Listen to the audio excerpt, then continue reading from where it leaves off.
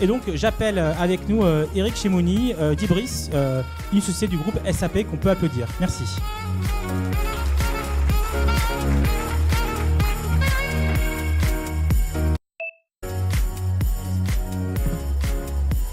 Bonjour. Salut Eric. Donc tu as eu effectivement ce matin pas mal d'enjeux qui ont été présentés sur la data, évidemment, côté marketing, l'enjeu en termes d'RH et de gestion des talents, toute la partie aussi créative, on le voit, la data est un enjeu à la fois interne et externe. Comment tu positionnes ce challenge en termes d'omnicanal et d'interaction avec le client ? Ce matin, on a beaucoup parlé de transformation digitale, on a beaucoup parlé de casser les silos. Merci. Donc, avec mon équipe, on est vraiment au centre de ce dispositif, puisque je pilote une entité chez SAP qui s'occupe d'engagement client et de commerce. Et donc, nos sujets de prédilection, c'est de cette disponibilité des données au profit de l'ensemble des canaux. C'est comment mieux connaître le client, le consommateur pour mieux le servir, et c'est comment contribuer à une plus grande efficacité opérationnelle. Donc même si j'ai entendu ce matin pas mal de discours sur le fait qu'il fallait casser ces silos, dans la réalité, je vois assez peu d'entreprises qui ont le courage de mener ce genre de chantier. Et donc, on va voir, nous, comment on est capable d'aider à ce dispositif. Donc, il y a 3 choses qui sont essentielles. La première, effectivement, c'est qu'on a énormément de données dans l'entreprise qui sont dissimulées, qui sont cachées ou alors qui ne sont pas partagées.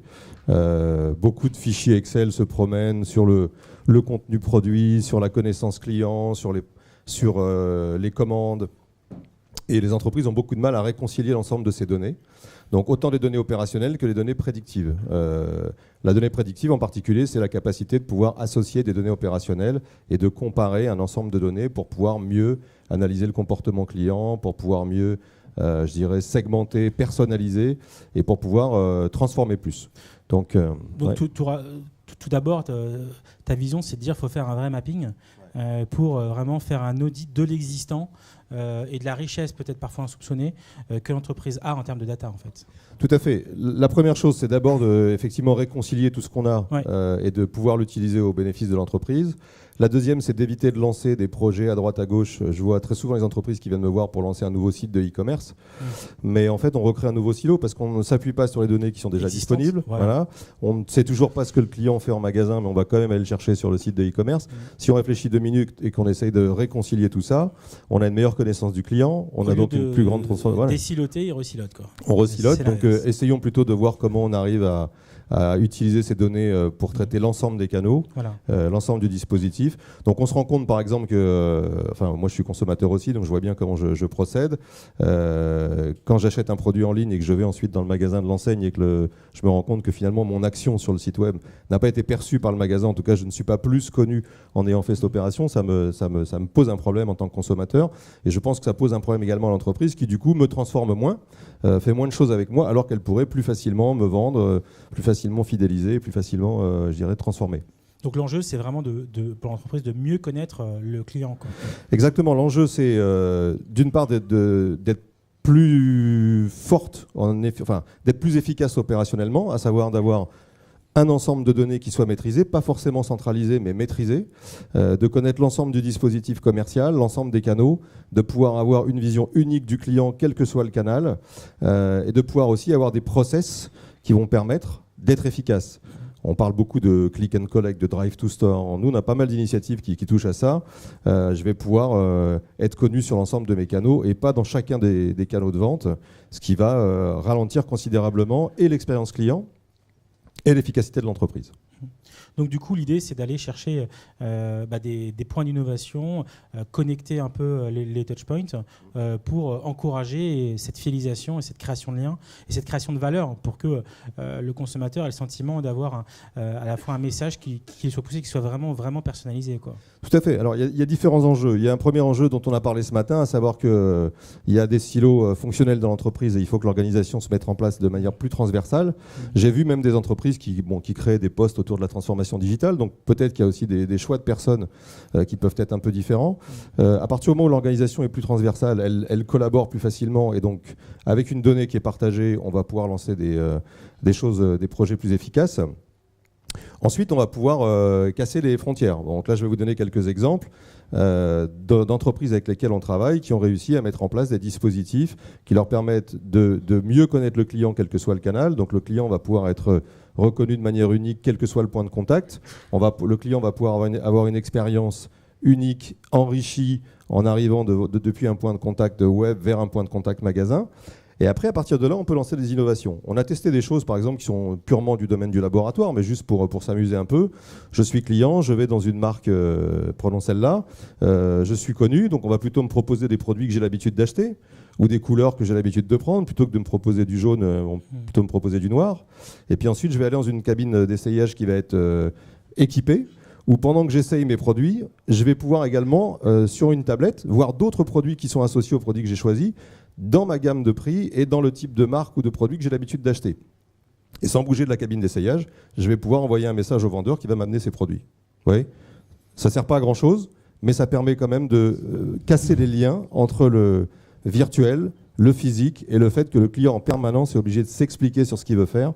Là, on va lui suggérer un certain nombre de choses qui vont lui permettre potentiellement de transformer plus, ou en tout cas, c'est l'innovation qui peut le faire réfléchir et qui peut le fidéliser parce qu'il va sentir qu'il est mieux reçu, qu'il est mieux accueilli et qu'il est mieux traité. C'est une vraie expérience. C'est-à-dire que c'est quelque chose qu'il n'a jamais vécu en boutique quelque part. Donc, exactement. Non seulement il n'a jamais vécu, mais ce qui se passe généralement sur le site web, c'est qu'on lui demande...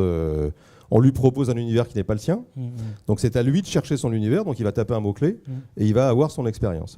Nous, ce qu'on fait, c'est autre chose. C'est-à-dire que quand il va arriver sur le site web, on le connaît. Donc on va lui proposer déjà dès la landing page quelque chose qui lui convient. Voilà. Et donc il va se retrouver sur un environnement, un univers qui lui va bien. Et on va lui proposer d'associer des produits qu'il a l'habitude d'acheter à d'autres produits qu'il n'a pas l'habitude d'acheter. Et on va augmenter la transformation.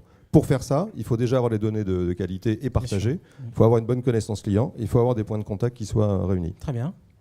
Donc d'autres expériences, celle-là est très intéressante également, tout le monde connaît. Donc là, c'est extrêmement performant. On arrive de n'importe quel point de contact. On est connu qu'on arrive par le portable, par le web, qu'on arrive en magasin, voire même Nespresso a développé à Barcelone, dans l'aéroport de Barcelone, pour ceux qui ont eu l'occasion d'y aller, une sorte de cube robotisé qui vous permet très vite... voilà. Sur les champs aussi, ils ont mis un truc en place. Voilà, donc ça c'est extrêmement performant, c'est l'entreprise qui transforme énormément et qui a une relation client très forte. Les clients aiment bien retourner dans les magasins où ils sont connus, aiment bien tester les nouvelles choses avec cette marque.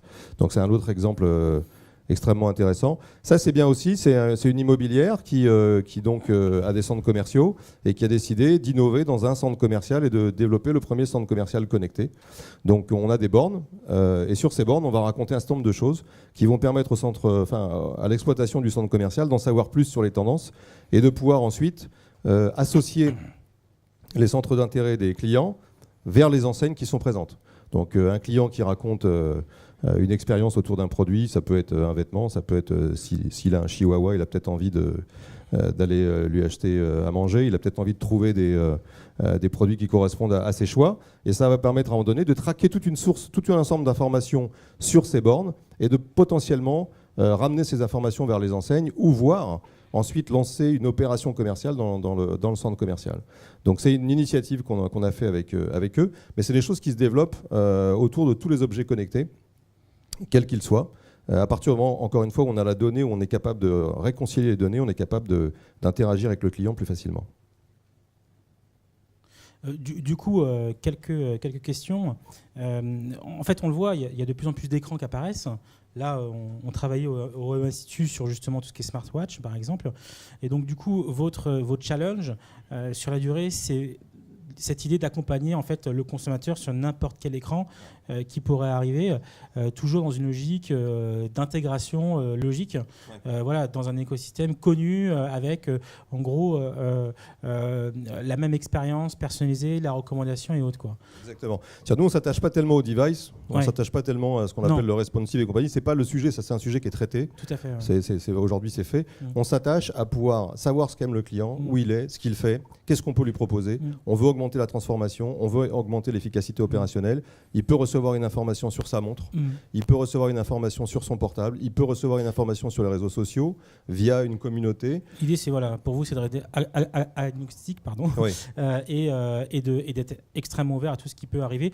Quel conseil tu pourrais donner comme ça pour conclure aux annonceurs qui sont présents aujourd'hui, puisqu'ils sont en pleine transformation numérique. Donc pour certains, évidemment, ils continuent de passer par des distributeurs, d'autres vont vouloir ouvrir des canaux e-commerce en direct.